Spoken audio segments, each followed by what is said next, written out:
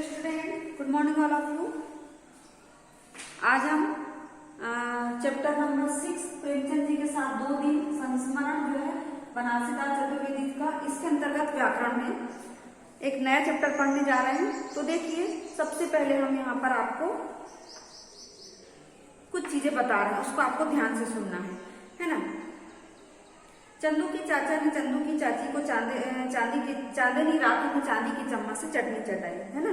चंदू के चाचा ने चंदू की चाची को चांदनी रातों में चांदी की चम्मच से चटनी चटाई। हमने यहाँ पर ये बोले तो यहाँ पर बार बार च वर्ण की आवृत्ति हुई, ठीक है।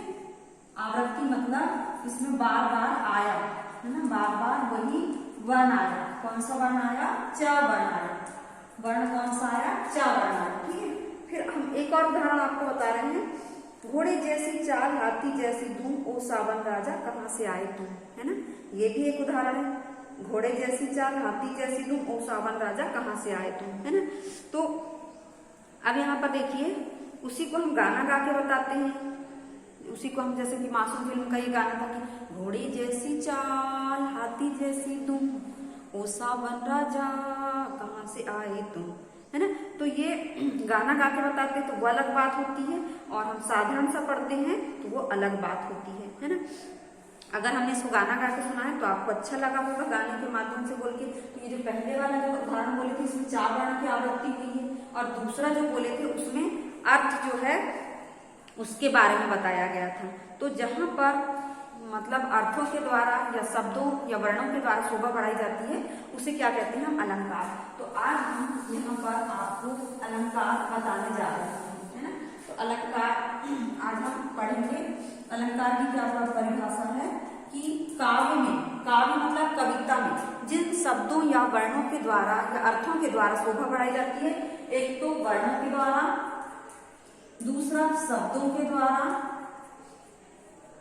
उसके बाद वर्णों के द्वारा, शब्दों के द्वारा, और उसके बाद अर्थों के द्वारा शोभा बढ़ाई जाती है।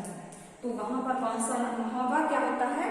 अलंकार होता है। अब अलग अलंकार जो है उसके प्रकार हैं, या बोलेंगे अपन काव्य में, जैसे कि नारी आभूषण पहनती तो वो सुंदर दिखाई देती, उसी प्रकार काव्य में जिन शब्दों के द्वारा शोभा बढ़ाई जाती है उसे हम क्या कहते हैं?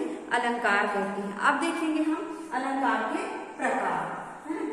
तो सबसे पहले हम अलंकार का फर्स्ट पढ़ेंगे, शब्दालंकार, और दूसरा अर्थालंकार। ये हो गया एक शब्दालंकार, और इसी का दूसरा प्रकार है अर्थालंकार। पहला शब्दालंकार और दूसरा क्या है? अर्थालंकार, ठीक है। अब देखते हैं हम, ये जो शब्दालंकार है उसके 3 प्रकार हैं। इसके फिर से 3 प्रकार हैं। अनुप्रास, दूसरा यमक, और तीसरा श्लेष, ठीक है। अनुप्रास, यमक और श्लेष। और उसके बाद ये अर्थालंकार के भी 3 प्रकार हैं। उपमा, सेकंड रूपक, और तीसरा उत्प्रेक्षा, ठीक है। 3 अलंकार। साधारण पिछले साल भी आपको ये पढ़ाए थे, उपमा, रूपक और उत्प्रेक्षा। और यहाँ पर 3 अलंकार, अनुप्रास, यमक और श्लेष, है ना। तो अब हम इसको डिटेल में पढ़ेंगे। तो सबसे पहले देखिए कि अनुप्रास अलंकार क्या होता है। जैसे हमने अभी यहाँ पर एक उदाहरण बताया आपको कि चंदू के चाचा ने शब्दालंकार। हाँ, सबसे पहले हम जानेंगे शब्दालंकार और अर्थालंकार।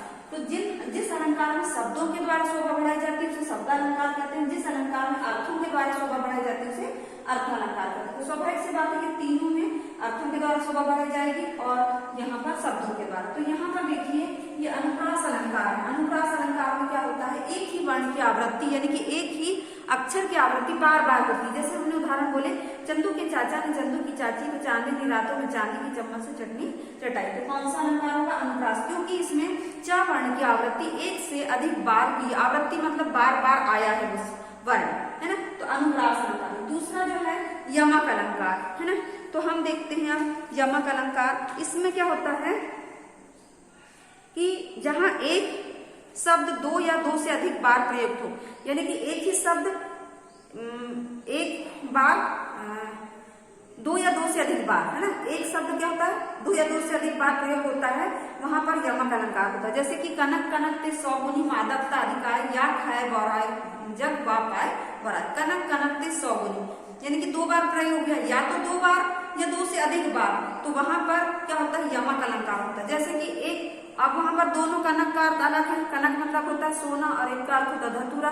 तो पहले कनक का अर्थ सोना और दूसरे का अर्थ धतूरा। यदि सोना किसी व्यक्ति को मिल जाए तो वह खुशी के मारे पागल हो जाता है, क्योंकि वो सोना क्या है, बहुत कीमती धातु है। उसके बाद देखिए, अगर हमने धतूरा खा लिए तो खुशी के कारण मतलब नशे से पागल हो जाते हैं।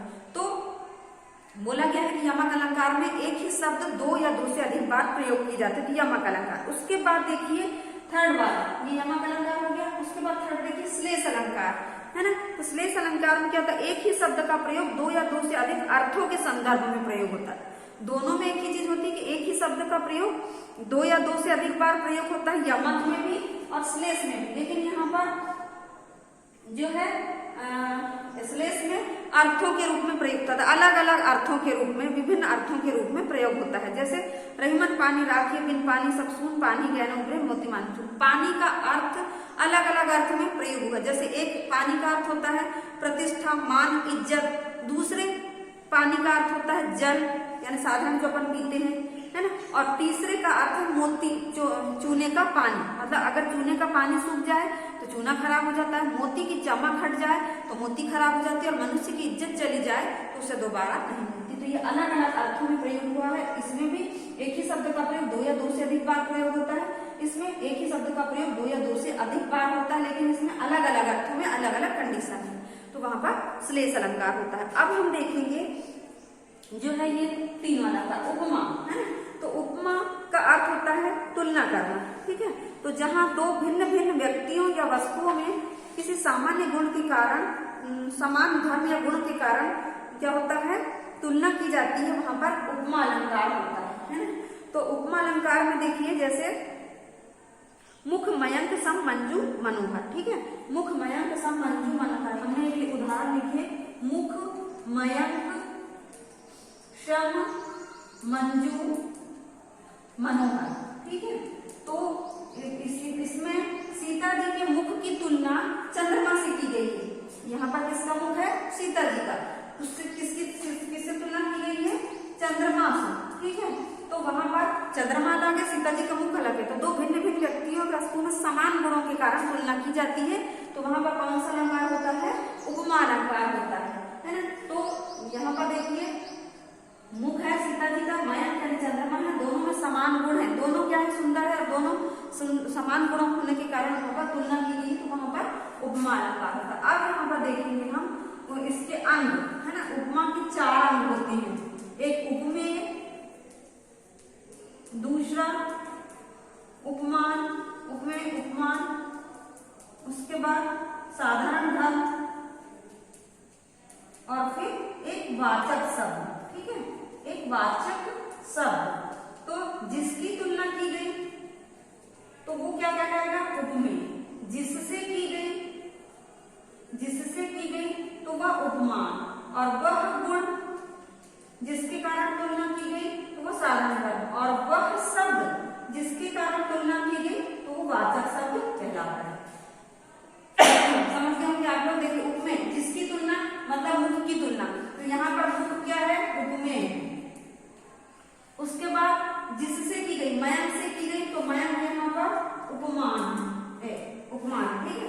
उसके बाद वह गुण जिसके कारण, मंजू, मंजू मतलब सुंदर, सुंदरता का गुण है उसमें, तो ये मंजू क्या कहलाया, साधारण धर्म। उसके बाद देखिए वह शब्द, यानी कि सम, समानता है, तो सम क्या कहलाया, वाचक शब्द कहलाया। तो समझ गए होंगे आप लोग इसके 4 अंग, जिसकी तुलना की जाती है, मुख की गई है, उपमान जिससे की जाती है, मयंक से, वह गुण जिसके कारण तुलना की गई है, मंजू, और वह शब्द जिसके कारण तुलना की जाती है वो वाचक शब्द, यानी कि सम। अब हम सेकंड जो है रूपक अलंकार देखते हैं, है ना। तो जहां आप देखिएगा उपमेय में उपमान का आरोप किया जाता है, आरोप लगाया जाता है, तो वहां रूपक अलंकार होता है ना। जैसे कि चरण कमल बंदो हरि राई, है ना, या बोले कि चरण सरोज पखारन लागा, मतलब श्री रामचंद्र जी के छोटे छोटे पैरों की उंगलियों की तुलना किससे की गई है, कमल की पंखुड़ियों से की गई है। तो श्री रामचंद्र जी के पैरों मतलब कमल पर श्री रामचंद्र जी की उंगलियों के जो है आरोप लगा दिया गया है, तो वहां पर कौन सा अलंकार है? रूपक अलंकार है ना। अब उसके बाद देखेंगे हम अगला उत्प्रेक्षा अलंकार, है ना। तो उत्प्रेक्षा अलंकार में जहां उपमेय में अप्रस्तुत उपमान की संभावना प्रकट की जाती है, यानी कि जो उपमेय होता है उसमें ये प्रस्तुत है, ये अपने सामने अगर उपस्थित रहता है तो अप्रस्तुत उपमान यानी ये उपस्थित नहीं रहता अपने सामने, तो इसकी मतलब उसमें क्या किया जाता है? संभावना प्रकट की जाती है, तो वहां पर उत्प्रेक्षा अलंकार होता है। जैसे अंबर में तारे मानो मोती अनगिनत है, अंबर में तारे मानो मोती अनगिनत है ना। तो यहाँ पर क्या बोलते हैं? हमारे सामने तारे आकाश में उपस्थित हैं क्या? अभी तो नहीं है, दिन में तो नहीं है, तो हम उसकी बता रहे हैं तुलना कि अंबर में तारे मानो मोती अनगिनत है। तो संभावना प्रकट की गई है कि तारों को क्या बना दिया गया? मोती बना दिया गया। तारे तो तारे हैं, लेकिन वो हमको दूर से कैसे दिखाई दे रहे हैं? मोती के समान। इसीलिए वहां पर कौन सा अलंकार होगा? उत्प्रेक्षा। और इसकी पहचान होती है, इसमें अधिकतर मानो, मनु, मनु, जनु, जनु जैसे ज्यों इस प्रकार के शब्दों का प्रयोग किया जाता है। तो आज क्या करना है आपको? ये पूरा चैप्टर जो है 66 नंबर का ये पूरा अलंकार आपको ध्यान से पढ़ना है। अब इसमें 3 अलंकार के अलावा 2 अलंकार और दिए गए हैं। अतिशयोक्ति, जहां किसी बात को बढ़ा चढ़ाकर कही जाती है तो वहां अतिशयोक्ति अलंकार होता है। और मानवीकरण अलंकार में जहां प्राकृतिक वस्तु में मानवीय भावनाओं का वर्णन हो तो वो मानवीकरण अलंकार होता है। जैसे कि मेघ आए बड़े बन ढन के संवर के, यानी माना गया है, जहां पर कोई चीज को मानी जाती है मानवीकरण अलंकार। और अतिशयोक्ति में कोई बात को बढ़ा चढ़ाकर कही जाती है। जैसे एक उदाहरण है, हनुमान की पूंछ में लग न पाई आग, लंका साली जल गई, गए निशाचर भाग। तो बोला गया है यहाँ पर, कवि ने क्या बताया है कि हनुमान की पूंछ में अभी लग भी नहीं पाई थी आग, है ना, और लंका सारी जल गई। जब पूंछ में आग ही नहीं लगेगी तो लंका कहाँ से जल जाएगी? तो इस प्रकार बढ़ा चढ़ाकर जो बात कही जाती है तो वहां पर कौन सा अलंकार होता है? अतिशयोक्ति। तो आज आपको क्या करना है? ये पूरे चैप्टर को अलंकार के अच्छे से 66 नंबर के पेज में अच्छे से पढ़ना है। और उसके बाद ये क्वेश्चन अगर बनते हैं आपसे, आओ करें 5, 6 और ये जो है 5, 6 2 क्वेश्चन इसके रहेंगे। और जो मेरी बारी है उसमें भी शायद आपको एक ही क्वेश्चन है, तो इसको आपको 3 क्वेश्चन जो है आपको आज करना है। और क्या नाम से टेस्ट की भी तैयारी करना है, क्योंकि 8 तारीख से शायद फरवरी में टेस्ट होने वाले हैं। तो 3 चैप्टर तो हम अभी भी देंगे आपके, जो पिछले टेस्ट में दे चुके हैं उसके अलावा जो 3 आगे के चैप्टर हैं वो आपको दिए जाएंगे। तो आज की क्लास में यही समाप्त कर रहे हैं। धन्यवाद बच्चों।